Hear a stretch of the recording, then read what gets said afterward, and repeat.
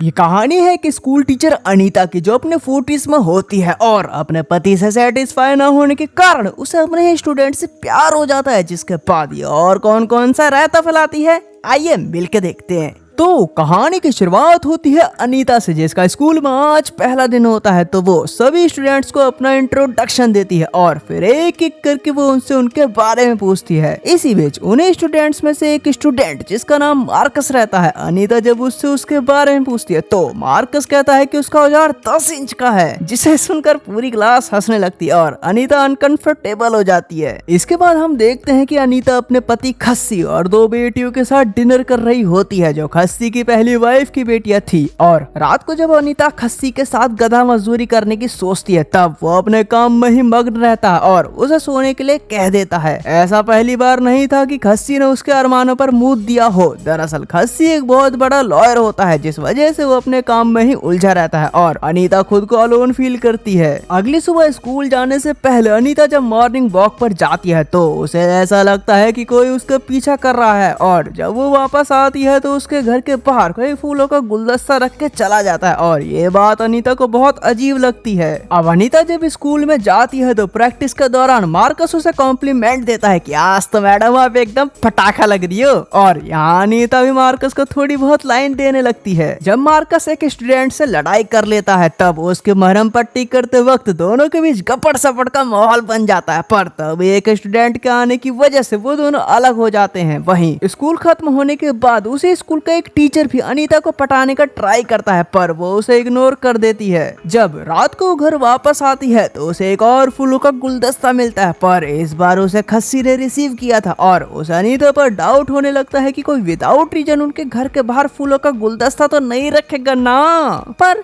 यहाँ अनीता समझ जाती है कि ये नेक काम जरूर मार्कस ने किया होगा।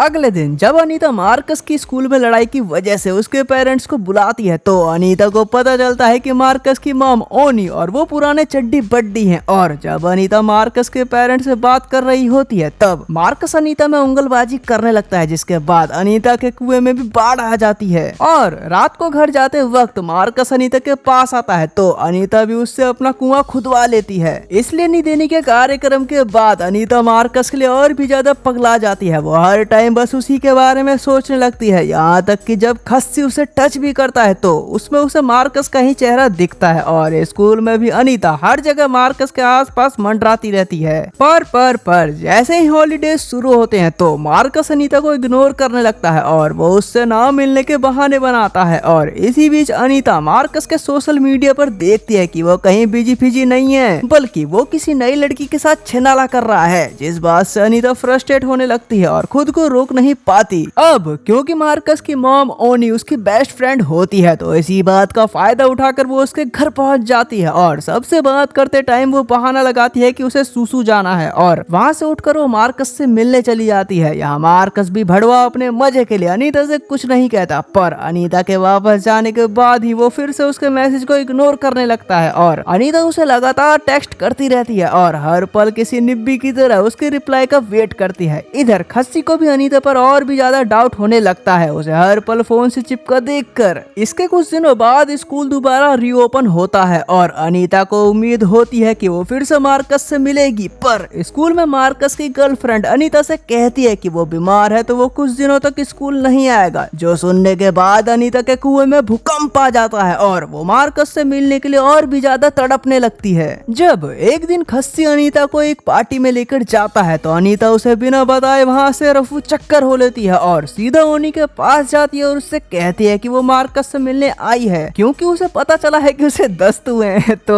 ओनी कहती है कि ऐसा नहीं है, मार्कस बिल्कुल ठीक है और वो अपने स्पोर्ट्स प्रैक्टिस के लिए गया है। जिसके बाद अनीता बातों ही बातों में मार्कस के स्पोर्ट्स क्लब का एड्रेस पूछ लेती है और तुरंत उससे मिलने के लिए निकल पड़ती है। यहाँ मार्कस अनीता से मिलने के बाद उससे कहता है कि अब वो उसके साथ कुछ नहीं करना करना चाहता, क्योंकि अब उसकी एक गर्लफ्रेंड है जो मियां खलीफा जैसी सुंदर है। और वैसे भी हम दोनों की उम्र में जमीन आसमान का फर्क है ना आंटी? तो उनके बीच जो कुछ भी हुआ उसे खत्म कर देना चाहिए। मार्कस की बात सुनकर अनीता को उस पर बहुत गुस्सा आता है, पर वो रिएक्ट नहीं करती और उसे जाने देती है। इसके बाद स्कूल में एक दिन अनीता मार्कस को उसकी गर्लफ्रेंड के साथ इलू इलू करता देखती है तो उसके तन बदन में आग लग जाती है और जलन के कारण एक दिन मार्कस के फोन से वो उसकी गर्लफ्रेंड की नंगी पुंगी फोटोज को फेसबुक पर पोस्ट कर देती है ताकि उन दोनों का ब्रेकअप हो जाए। और वो इतने पर ही नहीं थमती। जब मार्कस की गर्लफ्रेंड अपनी बदनामी के बाद टसुए बहा रही होती है तब वो उसके पास जाती है और उसे मार्कस के अगेंस्ट भड़काने लगती है, पर अनीता के इतना करने के बाद भी कोई फायदा नहीं होता और मार्कस की गर्लफ्रेंड उसे नहीं छोड़ती। अब अनीता मार्कस की मॉम के पास जाती है और उसे मार्कस की गर्लफ्रेंड के बारे में चढ़ाने लगती है कि वो अच्छी लड़की नहीं है, मार्कस को उससे दूर कर दो वरना वो तेरे बेटे को कच्चा निकल जाएगी। पर अफसोस जब इससे भी काम नहीं बनता तो अनीता मार्कस की गर्लफ्रेंड की तरह पटाखा दिखने के लिए वर्कआउट करना शुरू कर देती है और इसे ही कहते हैं गाइंड फटे तो फटे पर नवाबी न घटे। तो एंड में अनीता के साम दाम नुन्नी छेद सब ट्राई करने के बाद भी उसकी दाल नहीं गलती तो वो चिरांत पने से भरे एक चाल को चलती है। वो मार्कस के पास जाती है और उससे कहती है कि उसने उसके नान जैसे पेट को भटूरा बना दिया है और अब इसे भटूरे से वापस नान बनाने के लिए बहुत देरी हो चुकी है। अनीता की बातें सुनकर मार्कस के गोटे मुंह में आ जाते हैं। वो कहता है हाउ इज दिस पॉसिबल, मैंने तो हर बार अपने घोड़े को शेरवानी पहना कर ही तेरे खेतों में दौड़ाया था, तो ऐसा कैसे हो सकता है? वो अनीता से पूछता है कि क्या वो सबसे ये नहीं पूछ सकती कि ये बच्चा खस्सी का है? तो अनीता कहती है कि नहीं, वो साला अपने नाम की तरह ही खस्सी है, उस साले का तो खड़ा ही नहीं होता। जो सुनकर मार्कस की आत्मा बाहर आने लगती है तो अनीता उससे कहती है कि तू टेंशन ना ले मेरी जान, मैं सब हैंडल कर लूंगी, बस बदले में तू मेरे टेक्स्ट मैसेज का रिप्लाई कर दिया और जब भी मैं तुझे बुलाऊं तो तू दौड़ा दौड़ा चला आइयो। फिर अनीता की बात सुनकर मार्कस कहता है कि ठीक है, तुम जैसा कहोगी मैं वैसा ही करूंगा। मार्कस को डराने के बाद अनीता को लगता है कि अब उसका काम बन गया, अब मार्कस उसकी मुट्ठी में रहेगा। अब जब अनीता शॉपिंग कर रही होती है तब वो टीचर उसके पास आता है जिसने उस पर स्टार्टिंग में लाइन मारी थी। वो उससे कहता है कि क्या उसने वो खबर सुनी है, अपने स्कूल में एक टीचर है जिसका स्टूडेंट के साथ टाका भिड़ा है। तो अनीता कहती कि नहीं, मैंने तो ऐसी कोई खबर नहीं सुनी और वो तुरंत मॉल से भागकर बाहर आ जाती है। वो मार्कस को कॉल करने लगती है पर मार्कस फिर से उसका फोन नहीं उठाता।